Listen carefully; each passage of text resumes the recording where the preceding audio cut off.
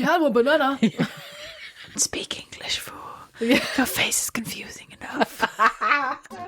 Hello and welcome to a Talk Lit Get Hit bonus chapter, the little book chats in between the big ones. We'll talk about reading, authors, and have discussions with people who, like us, can't shut up about books. We might get sidetracked and talk about literally anything else, But this is a bonus chapter we wrote just for you. Each month we read a book chosen by our lovely listeners. Often these books for complex and at times barely discernible reasons make us want to rip out our hair or scream into the abyss. And we thought, what better way to try and take it up a notch than by reading a book chosen by the very same person who can see into our literary soul. Bridget, hello, hello. Hello, hello. The two of us have very, very similar tastes in books, and I would say very similar tastes in icks. In a previous episode in our Talk Lit With Us Volume 4 episode, one of our listeners wrote in asking whether any of the books on Apple Podcasts were actually good. And Bridget, our resident Apple Books expert, weighed in. So for those people who are unaware, Apple Books is a free app where you can read free books and paid books if you choose to buy them. It is a little bit like Kindle Unlimited, but you don't actually need a subscription, which is fantastic. You just have to have an Apple device. I sound like a bit of a shill for Apple right now, but like you can sync across devices. The app is very nice. One of my favorite things about using the app is looking at the free book charts and just scrolling through because you see some crazy, crazy things happening. And the juxtaposition of the titles being shown is sometimes hysterical. For example, a quick scroll through the charts shows me titles such as Her Cowboy Baby Daddy, All's Fair in Love and Rodeo, and My Billionaire Hot Seal nestled amongst Wuthering Heights, 1984, and The Art of War. I did love that.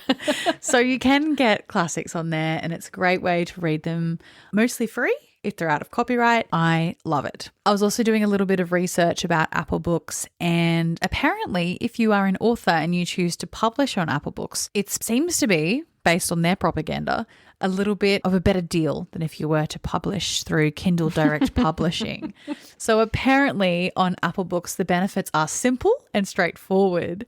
You get 70% of royalties on every ebook regardless of price. There's no file delivery fees, no limitations on offering free books to customers, no payments for preferential store placement, no price matching, no third-party ads, and allegedly all of these things are not available through Kindle Direct Publishing. So if you are looking to self-publish, here you go. It's a very to the point graph. It is. We've got big ticks next to Apple and big crosses next to Kindle. Two sides of the same coin though, really. Now, we were wondering if you could get Apple Books if you're not an iPhone user, and apparently, no, you can't.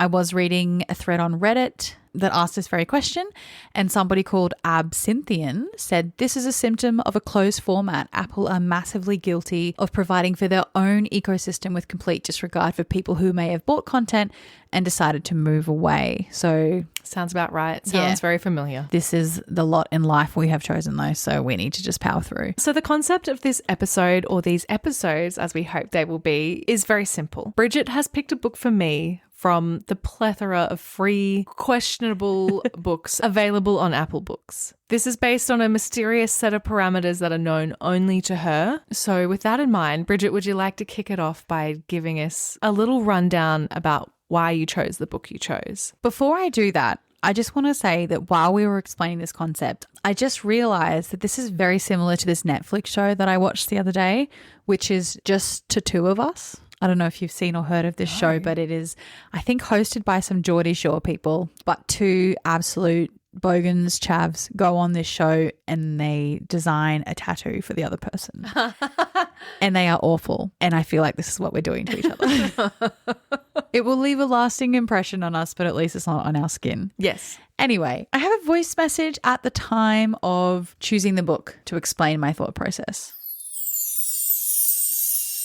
Okay, I've just spent quite a while scrolling through the Apple Books top charts for free books, just trying to find a book that I think will really please Laura in the best kind of way. I have a few that I'm tossing up between.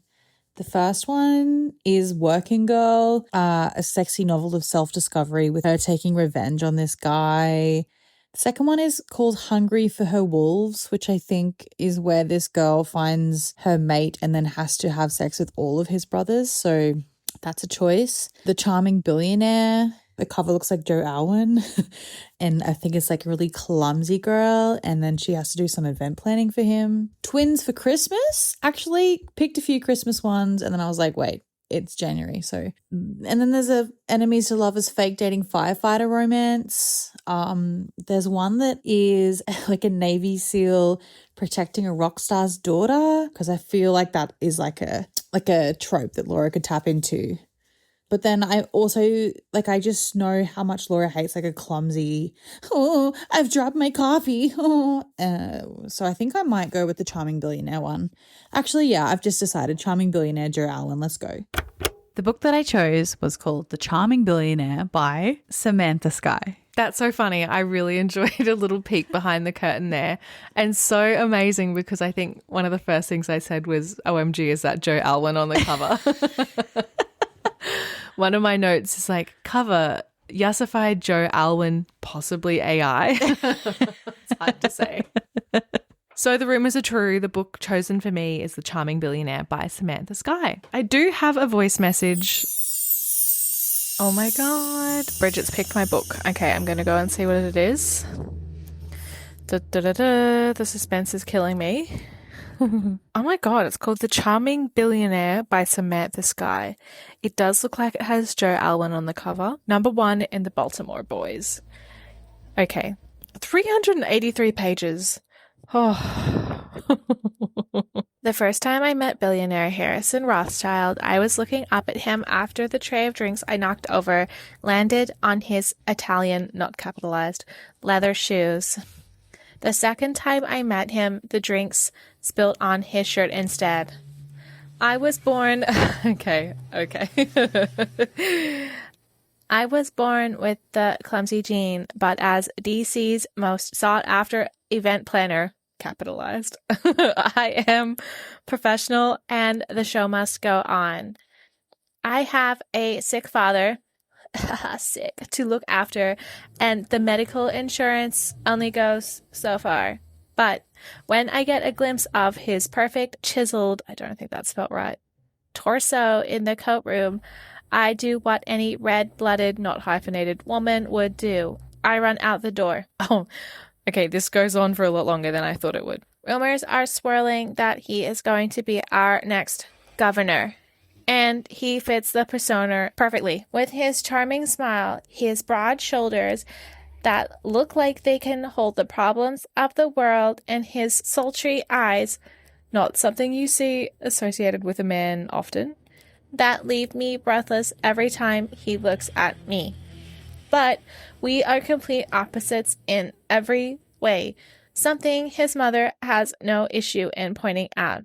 So when Harrison requests me to work with him on his campaign, I am not sure if I should be flattered or annoyed, because even though I know it is going to end in disaster, I didn't expect it to be dangerous, and I didn't expect to become the target. Okay, so first impressions aside, let me tell you everything there is to know about The Charming Billionaire by Samantha Skye. Let's start off with Samantha Skye. So something very, very interesting about Samantha Skye is that she is Australian. Did you know that? No, when you read the synopsis, I was like, wow, I'm hearing this for the first time. I was like, oh, plot twist after plot twist. Honestly, I read the synopsis clearly, but hearing it again, I was like, if I had just read that more closely, that is the whole book right there for me. Exactly as it appeared. At least you don't have to write a thing, like a whole thing. So Samantha Skye is an Amazon top 50 and international best-selling author. A country kid turned city slicker, she writes spicy and suspenseful contemporary romance novels that leave you hot under the collar and on the edge of your seat. Samantha lives in Melbourne, and when she's not plotting her next novel, she can be found travelling, drinking margaritas and enjoying a sunset or stargaze somewhere. So this book quite unfairly comes in at 374 pages, which is that's a big one. And there was one that I was looking at, I can't remember which one, but it was more than 600. So at least it wasn't that one. It was published on the 18th of April 2023 by Samantha Skye. This book can currently be purchased for the low price of free from Apple Books. And yeah, the rumors are true. It is most certainly a part of a series. Other books we have in this series, The Baltimore Boys, include The Arrogant Billionaire, The Damaged Billionaire, The Secret Billionaire, The Bossy Billionaire, and The Billionaire Babe. Wow. I love how these people are writing their books. I know. It must be so easy. Yeah.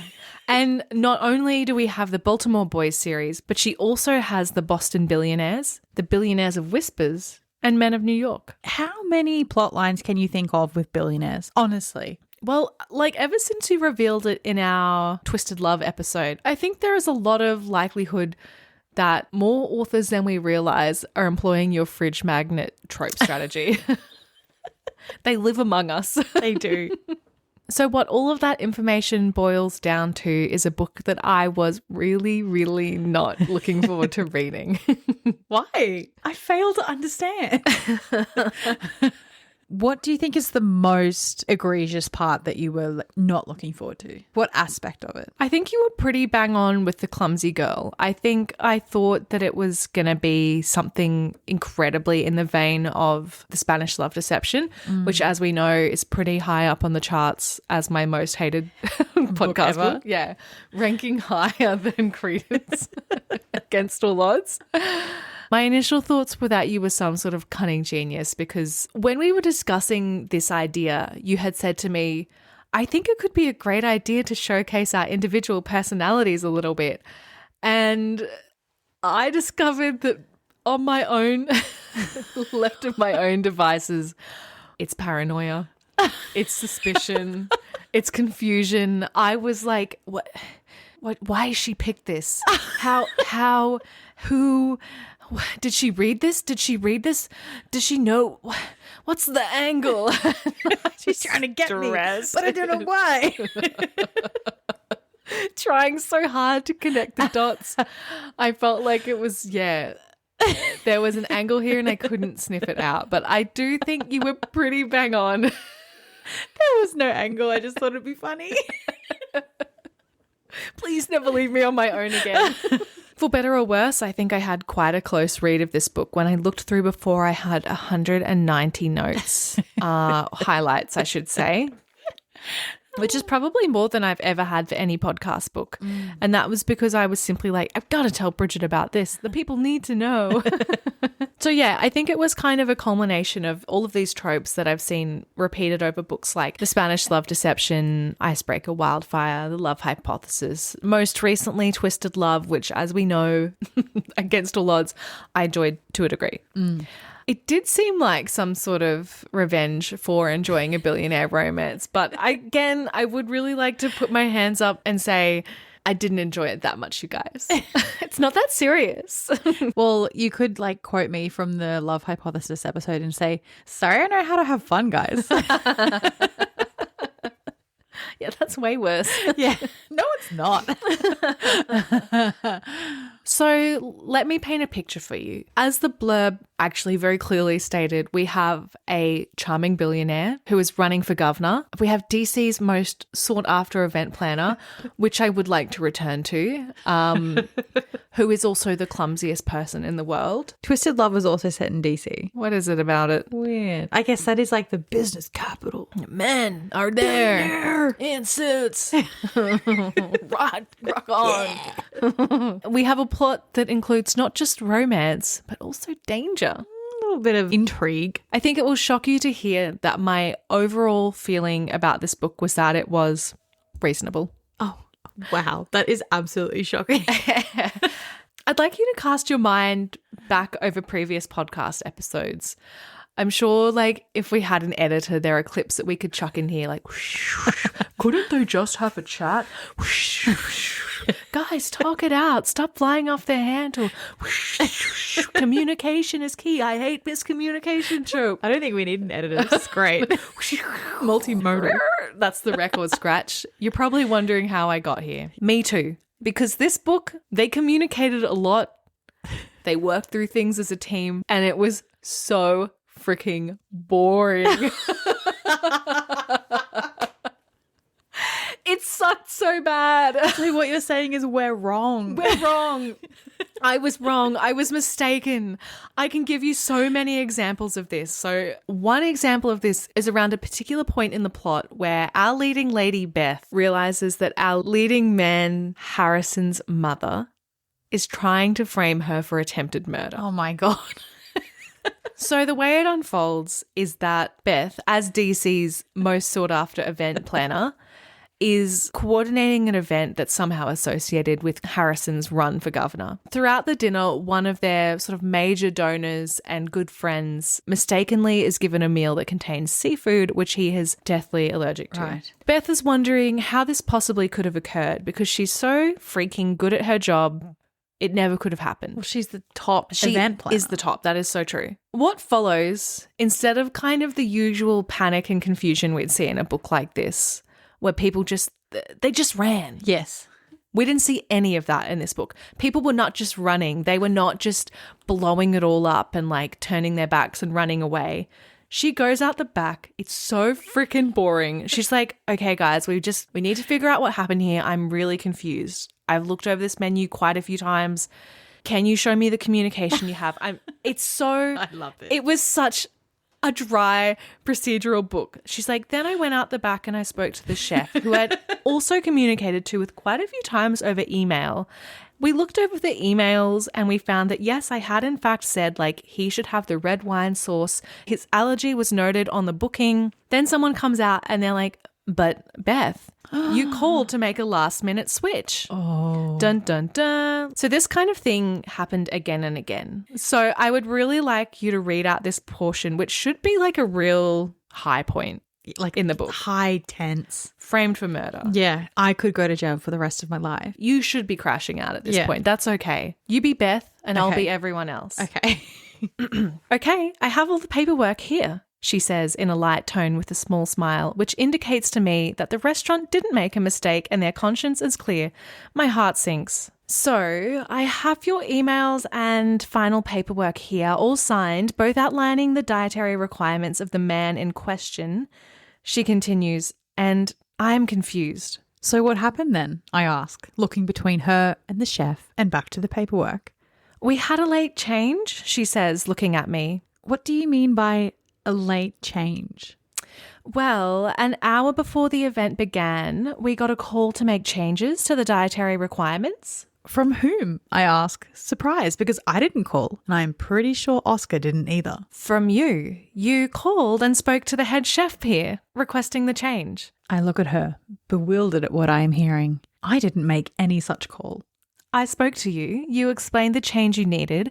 The specific requirement was that the man in question be served seafood sauce on his steak instead of red wine jus. I told you that such a late change would result in a $50 fee, to which you approved. Do we have any proof of this phone call? I ask because I know I didn't call him. I have been caught out before. At a restaurant I used to manage in DC where someone called to make these changes and left the guest with a large bill they didn't approve. So I record all my work phone calls now. He says as he hits play on his cell phone and I hear Mrs. Rothschild's voice come through the speaker, requesting the meal for Dr. Warner to include seafood sauce on the steak and agreeing to the additional fee. Dr. Warner is allergic to seafood. Clearly the sauce was what made him go into anaphylactic shock. Clearly. She's done well to figure that out. The caller confirms her name is Beth, but it is clearly Mrs. Rothschild's voice. I am so shocked I can barely breathe. This woman hates me so much that she would risk man's life to get rid of me. Yeah, babe. So anyway, it goes on. She's like, oh my God, I didn't do that. But isn't that like proof? That's proof. It's hard proof. And so she's like, can you print all those out and put them in with the final file so my team's aware of the whole situation? Call the police. Like, is this going to get lost? Or, like, the file's going to get lost or something? The files don't get lost, but something that's worth noting is at this point, she is now working on Harrison's team. Right. Helping out with his run for governor. And they're very stressed about saving face and not causing ripples and all of this jazz. So they're going to keep it under wraps until after the election. Yeah, I mean, they are. Should they? Not too sure. I feel if I were being framed for murder by my partner's mum, I would probably spill the beans one way or another. Yeah, especially when you haven't known them for that long, I assume. Yeah, no, not that long. Are they even together at this point, or are they just working together? Oh, they're together. Oh, yeah. okay, they're together. Yeah, they are smashing. Yeah. What I mean when I say it's reasonable is like there's all that dry, boring stuff. Yeah. It's like, okay, like let's just very logically, calmly work through this in details that nobody is ever searching for in a book. And then when these more turbulent emotional things come up, the characters are actually pretty self-reflective and considerate. Doesn't always make sense. So, for example, she thinks, okay, like he's very stressed. This is pretty crazy. This could come out in the press. I really don't want to do anything that's going to sabotage his run for governor. I'm just going to sit on it, send the files to his team, and they can figure it out.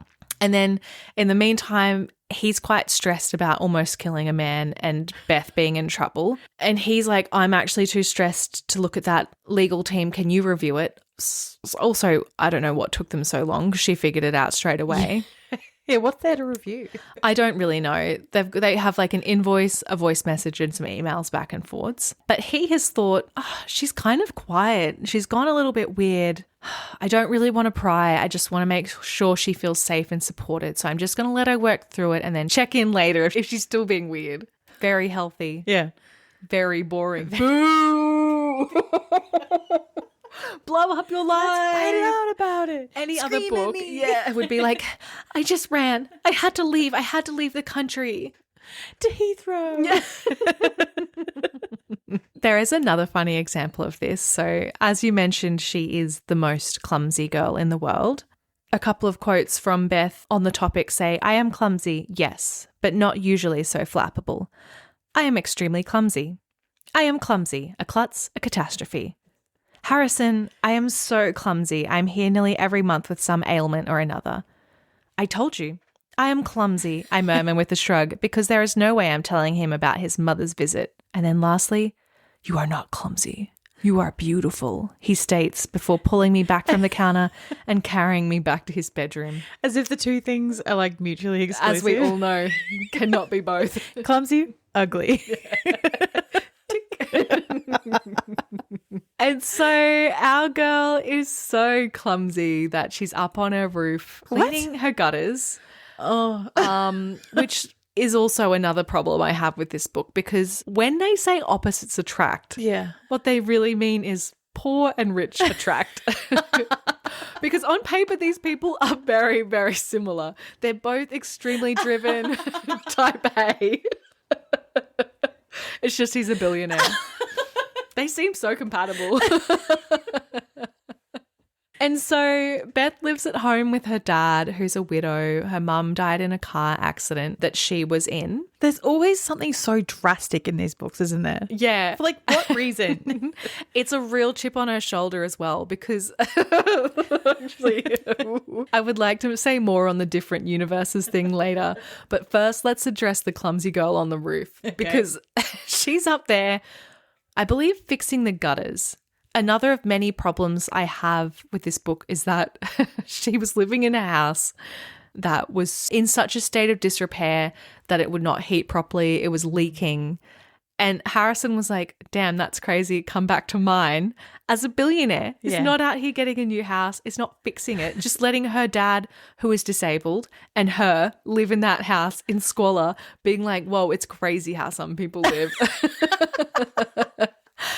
I would like to assume it happens not on the page, but so much is on the page that we didn't need to see. So it's not happening. She slices open her hand on some shit on the roof, like guttering. Falls off the roof. But when he rocks up at hospital, it's not a like, who did this to you? I'll kill them. What's happening, baby girl? I'll hire a handyman. Yeah. I mean, it wouldn't have gone astray if he was like, I'll fix this house for you. But when he rocks up, he's like, oh my God, Beth, I'm so worried. What happened? Like, it's just very, very normal. In a situation where actually a stronger reaction would have been warranted. Yeah. And like, especially because it's a book. Yeah. And we don't want to read about normal. Like, people read to escape. They don't want to read about mundane things like cleaning gutters, falling off roofs.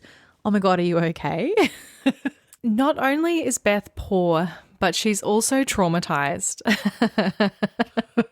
So she does live with her father, who is in a wheelchair as a result of a car accident that both herself, her father, and her mother were in. Her mother passed away in the car accident. Beth holds herself personally responsible for this car accident because she was so clumsy. Oh. She ruined a dinner party and her mum got mad and drove them home. Also, somehow this has led to a fear of thunderstorms. And so she's kind of tweaking in the middle of a thunderstorm, getting all scared. Harrison's been like, "What's wrong, baby girl?" And this is when she starts to tell him about what happened to her parents and why she is the way she is. So they've gone to a dinner party at the house of some rich family friends, and she's describing how there's a long dining table that's filled up with so many plates of food, there's no inch free, plates and plates of food just for them. I stood up and walked over to the table. I just wanted a closer look. All this food, a real-life feast, not one just in my Cinderella books. I wanted to see it with my own eyes, but I shouldn't have. Isn't she an event planner though? Yeah. Like, is she not planning these events? You think that would traumatize her more than the thunderstorms? Yeah. And wouldn't she also be planning things like feasts or like banquets or like stuff quite often? Yeah, but she was a child when this happened. Oh, this was a child. But it is an unusual line of Right. work to end up in, hey? Yeah. Making reparations, I feel. Yeah. And so she says, I shouldn't have gone to look. I should have stayed sitting by myself in the living room. I stood next to the large table, just looking. I never touched any of it. As I was about to turn and go back to my seat on the sofa, the door from the hallway opened and a large Labrador came bolting through. He took one look at me and ran straight toward me. I never had a dog, so I didn't know he was friendly. I was scared, and I thought he was going to eat me for dinner, I say, my words starting to come out faster. The dog pounced on me and I screamed. I fell backwards and grabbed the only thing I could so I didn't fall, the tablecloth. I fell down screaming in fright, and the dog jumped on me and started licking my face, but my fist was still curled up tight with the tablecloth, and the entire feast came tumbling down on us. My mother was so embarrassed. I was always so clumsy, always ruining things. And so then her mum, who's been drinking, gets in the car and is like, "You dumb idiot, like you ruined everything. I can't take you anywhere. You embarrassed your Jelly in father." your hair, you idiot. They're out on the road. Her mum's screaming at her. It's pouring rain, which I guess is where the thunderstorm thing comes from. Drunk mum runs a red, hits another car. Their car rolls. Mum dies. Father breaks his back. And then there's another family in the car. Both the parents die and the little boy my becomes an God. orphan. Traumatic. Awful. Yeah. Who like people are reading this, let's be honest, to get off. Yeah. And is that really what you want when you're trying to get like, oh my God. Well, we sort of do need all that because that leads us to the crazy like last quarter of the book where she's kidnapped.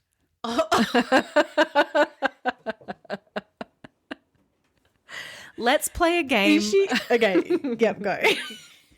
Let's play a game of guess the villain. Can I buzz in? Or do I have to wait? No, you can buzz in. Buzz, the orphan. Yep.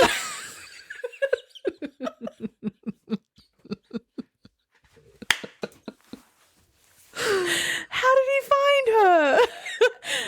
Well, I actually have no idea how he found her. It could be explained. I didn't take it in, but he has been posing as like a paparazzo who sort of sometimes pops up at the community centre and at different events that she works at. She seems friendly with him. They Trying to have a work good out the nerve. relationship. Yeah. And so he's kidnapped her, he's drugged her. Side note, what leads to this is so dumb. It's like in the very, very end of the book, and she's sort of meant to be going to Harrison's victory event because, spoiler alert, He wins. he's the governor. Yeah. What a surprise. She's like, I've got to go back to my house to change. She goes to her house. There is a box on the bed, and she's like, oh, I guess Harrison got me some clothes. He's only done this one time, and he hasn't mentioned anything about it. These ones are from Target and Walmart, but yeah, I guess they're nice. They're trendy. Puts them on. She gets a text from the driver that says, I'm running 5 minutes late. She's like, oh my God, I have too much nervous energy. I'm just going to walk and he'll pick me up. She doesn't tell him that. She just goes. So she's walking. Yeah, I guess she's like, he'll just find me. There's only one way in and one way out. Yep. As she's walking, Max, the paparazzi guy, pulls up. He's like, hey, Red, do you want a ride? She's like, wow, how did you find me here? He's going to the same event. What a coincidence. She gets in. Oh, no offense. This car's freaking filthy. It's got like all of this junk and like old food and photos and stuff in it and a Gucci dress bag. Weird. He's starting to act kind of weird. He says, do you want a drink? Do you want some water? She's like, oh my God. You got a fridge in here? Yeah, thank you so much. I'm actually so thirsty. Then it all goes hazy. So she wakes up. She's tied to the bed in his filthy apartment. It's very much giving den. She says, my eyes look over his shoulder and I see the wall of photos again and one catches my eye. I squint to look closer and see it is a photo of me in the beautiful evening gown from Harrison's launch party months ago. My eyes quickly skip over to the next one, which is of me again. This time in my work outfit at an event in DC about a year ago. Again, we don't need all this detail. My eyes graze over the next one and the next one. They are all of me. Do you know what it was like growing up in foster care? He asks. No, I don't, she says. Do you have any idea how hard my life has been? He yells at me. No, Max, please, Max, don't hurt me, I cry. I knew I had to make my move soon since our new charming governor was sniffing around you. What better way to end your life than to do it on the biggest night of his life? In a thunderstorm, too. Oh, my God. He's planned it all. He's crazy. I'm the little boy you left in the wreckage. I'm the little boy without any parents. Your mother killed my family in that dark, cold, rainy night, Beth. And now I want my revenge. Oh, my God. This is scary. I'm scared. It took a crazy left turn. So that was weird. Yeah. I initially came up with the concept of guess the villain before I had finished the book. So there were a couple of people that I thought would be positioned to view as the villain. One was the campaign manager, Oscar, who was leading the campaign and kept sort of being like, you shouldn't be seen with Beth. Who cares what the people want? Let's just build more infrastructure. Option one. The mother was saying some pretty out-of-pocket stuff. She called her a fatty at one point.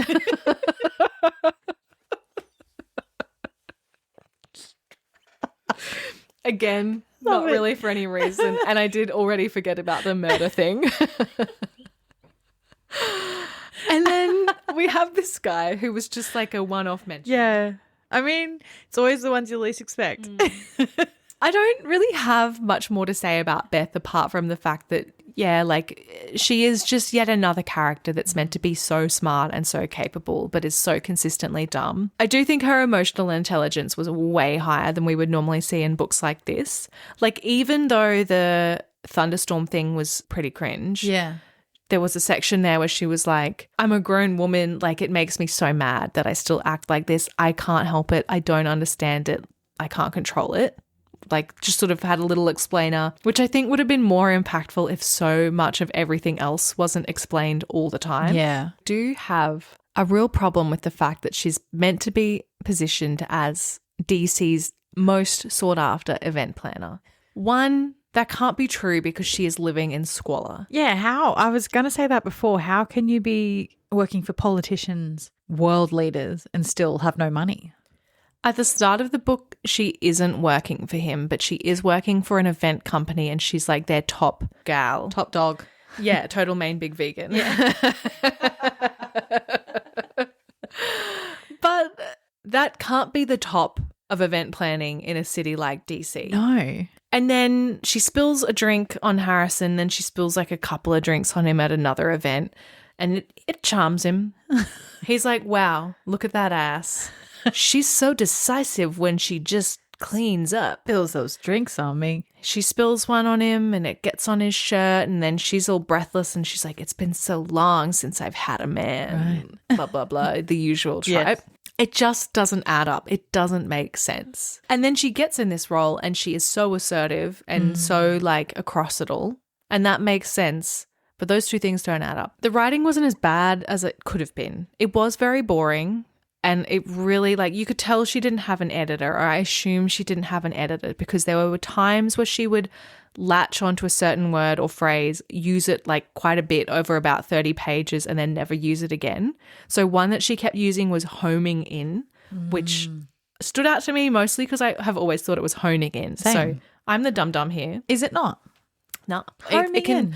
I think homing in is the original and then honing is sort of what it's become. Wow. Learn something new every day. Yeah, but she used it a lot, more than you would think. That was her word of the week. Yeah, but one game that I thought, I mean, one minor leagues game, it's not going to be that fun.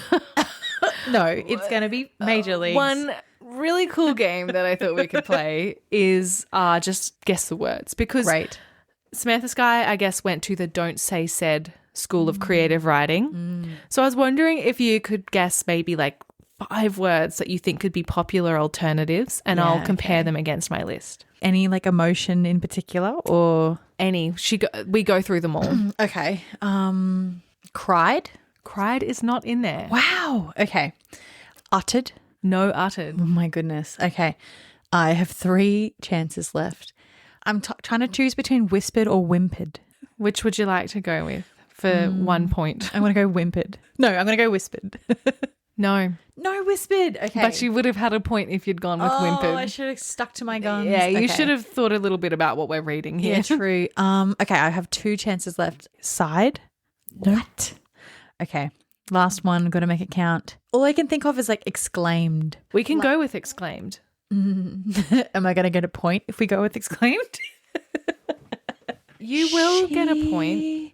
I'm accepting variations like exclaims. Yeah, I'll go with exclaimed because I can't think of anything else. You have 1 point finally. Okay, thank 1 out of 5. We have 7 mentions of exclaiming. Wow, that's pretty good. Some others that stood out to me were retorts, grits, huffs, murmurs, sasses. I was going to say murmur. Yeah, sasses came out more than you would imagine. Don't like that. Shrieks, smarts, answers, ponders, shrugs, quips, gasps, cringes. And then the usual moaning and groaning. I really should have thought more about like huff. That's a big one. Yeah. Grit. Yeah. He gritted. He was gritting stuff all the time. Grit. He grits out. I got to get that grit on the ice. And she was always snarking. Yeah. And sassing. Yeah. The things that we definitely say in Australia. Yeah. Nat.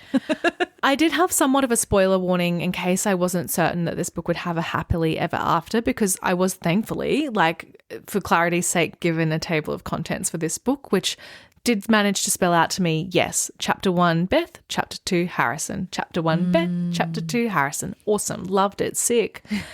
But then I got to see that 6 months later, Harrison had a chapter. And I thought, oh, here we go. They're pregnant. Yeah. Eager to find out, I searched in my book for baby.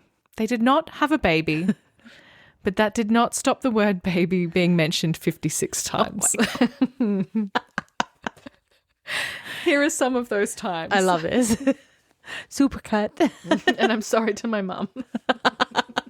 There is initially an actual baby. Her boss is pregnant, goes into labour at an event. Right. There is a very big explainer at that point in time that's like, we prepared for this contingency by having so-and-so's number on speed dial and towels available. It's like, we were all well acquainted with the birth plan and we knew what songs would be on the playlist. Exactly that. After the actual baby arrives, it's all downhill from here. Like, I know you can't really plan when a baby's coming, but like they've got all the contingency plans except for have the baby at the hospital. Yeah, she's working up until she's due. Momentary lapse as well. I did forget there was a minor subplot where his dumbass mum gets some flower arrangements made with baby's breath. And Beth tells her, you have baby's breath in the arrangement and it causes rhinitis. And then she says, oh, the florist thought it'd be okay to tighten up the bouquet and just remove the baby's breath. It's giving everyone allergies. Lots of pollen, apparently. Oh, okay. Beth says, damn baby's breath. From here, Harrison states, I want you to come on my fingers, baby. You like me praising you just as much as you like my dirty talk, don't you, baby?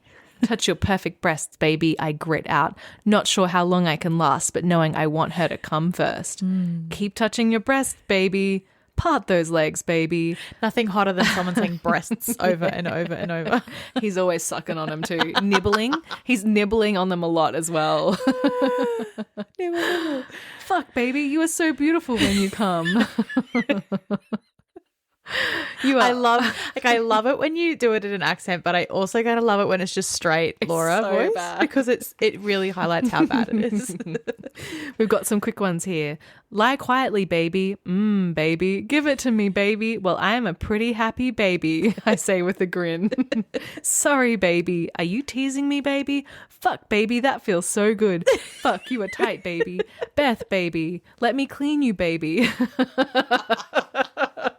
I don't care about the mess, baby. What's wrong, baby? Honestly, this takes you on a bit of a journey. It does. I'm getting the whole story. She is a baby. Because there is also a bit of an age gap thing at play here. All right, yeah. For a while, she's coy with it. She's like, I'm a young woman in her early 20s. And then eventually she's like, I'm 25. How old is he? I don't know. Elderly. I honestly have no idea. Well, I guess governor age. How old are you when you're a governor? He's got to be in his 40s at least. Governor. So with that out of the way, I'm pleased to confirm that they don't actually have a baby in the epilogue, although they are getting married. You got to have a big governor wedding. Yeah. And crazily, the mum is there. They've invited the mum to the wedding. Forgive and forget, Laura. Yeah. Wild. The very last thing I will say about this book is that it was loosely committed to incorporating news headlines that just reiterated plot points in the previous chapter. Like previously on. Yeah. Yeah. And so it would be like, wah, wah, wah, wah, wah, wah, wah, wah, wah, breaking news. And then it would just rehash what you just read. So this book is like 40-something chapters long, I believe. And we only had 5 breaking news items. It was used in the first chapter. And then I love every time that it appeared after, I was like, oh, It's we're still doing this. It would just be like, the race for governor is heating up, but everyone's wondering what's happening with them. like the romance. Yeah, that would be so interesting. Everyone would be so into that. Sick. For our sort of parting comments on this book, would you like to guess what tropes were included overall? Okay. Thinking about the blurb, I wouldn't be surprised if there was an enemies to lovers kind of thing at the start. Like if she's spilling drinks on him, surely he's not taking that with a smile. But then you did say before that he was charmed by her. Yeah, he loved it. But I mean, as we know, many of the enemies to lovers books we read aren't really enemies to lovers. So is it like a half-hearted attempt? No, I wouldn't say it's even that. She definitely thinks he hates her, but that gets out of the way pretty quickly. Okay. Is there any talk of like forbidden love? Are they like, we can't be together? There I'm is. gonna be the governor. Yeah, it's not necessarily forbidden, but like slightly frowned upon. Yeah. Like we come from opposite worlds. I'm poor, you're rich. That's it. I'm going to ruin your race for governor because you're a slut and everybody will just think I'm another girl in your harem. And I love poisoning people with my food. Yeah. Obviously, there's the age gap. Mm-hmm. Billionaire, that's a trope. Is there any sort of third act breakup? No. Wow. There's really not that much going on. I mean, I can kind of tell from the from the thing. Is it kind of like a Cinderella kind of thing? Could you say it's Cinderella? No, again, Not even 'cause like he any knew who she was saving? the whole time. Yeah, that's true. If they're working together, could it be forced proximity? Is there any one bed situations on a work trip? There's no work trips. There's no one bed. There's conjoined offices. Right. And he's sort of like, it's insufferable to look at her working so hard with her breasts on her body kind of thing. I can't believe there's no work trip. What a missed opportunity. They could have gone on like a campaign trail. Yeah. And it's not even like she gets all scrubbed up one night. He puts her in expensive clothes and gets the hair and makeup like quite Pretty early Woman. on. Yeah, Yeah. but he thought she was stunningly beautiful the whole time. Like it is definitely insta-love. Is she a virgin? Nope. Is there a consent conversation? Nope. Is there a condom conversation? They use a condom one time and never again. Yeah. Is that ever addressed or no? Nope. Okay, great. I think I'm out. I don't have any more. It was utterly tropeless. That's honestly all I can tell you about I it. guess, is that a good thing? Like sometimes we think too many, but if you've got like none, what's really going on? Like they're there for a reason. This had a lot of positive reviews, but a sentiment across the less positive ones was like, this story had good ideas, but the author didn't know how to direct them or what to do with them. And I feel like if it was more focused around one trope, because he's like barely a billionaire. Yeah. Or he is, but he's not really doing any cool shit with that. Like he's running for governor. Yeah, actually, why is a billionaire even running for governor? I don't know, but they had a lot of boring chats about infrastructure. Yeah, okay, and cool. development. Yeah, that's sick. And like legislate. It went deep. It went. What side of politics was he on? I mean, I guess he was on the left because he was like, poor people really are just like us in the end. But he sort of came in and was like, I'm going to tear down your community center. And like that's where she and her dad hung out a lot and built some cool new stuff. And she was like, no, if you're going to make it better, we need this, this and this. And he said, okay, cool. And then was like, I love the way she bargained just now. I would say he wasn't really on any side of politics. He just wanted to be governor. Centrist. Yep. Centrist at Interesting. Not brave enough to go either way. Well, after all of that, Laura, would you say that The Charming Billionaire was lit or shit? I guess I would say it was shit. It was pretty hard going at points there. If I wasn't reading it for this, I wouldn't have kept reading it. That's not to say I wouldn't recommend it. I feel like there's a part of me that would recommend this more highly than Icebreaker, more highly than The Spanish Love Deception.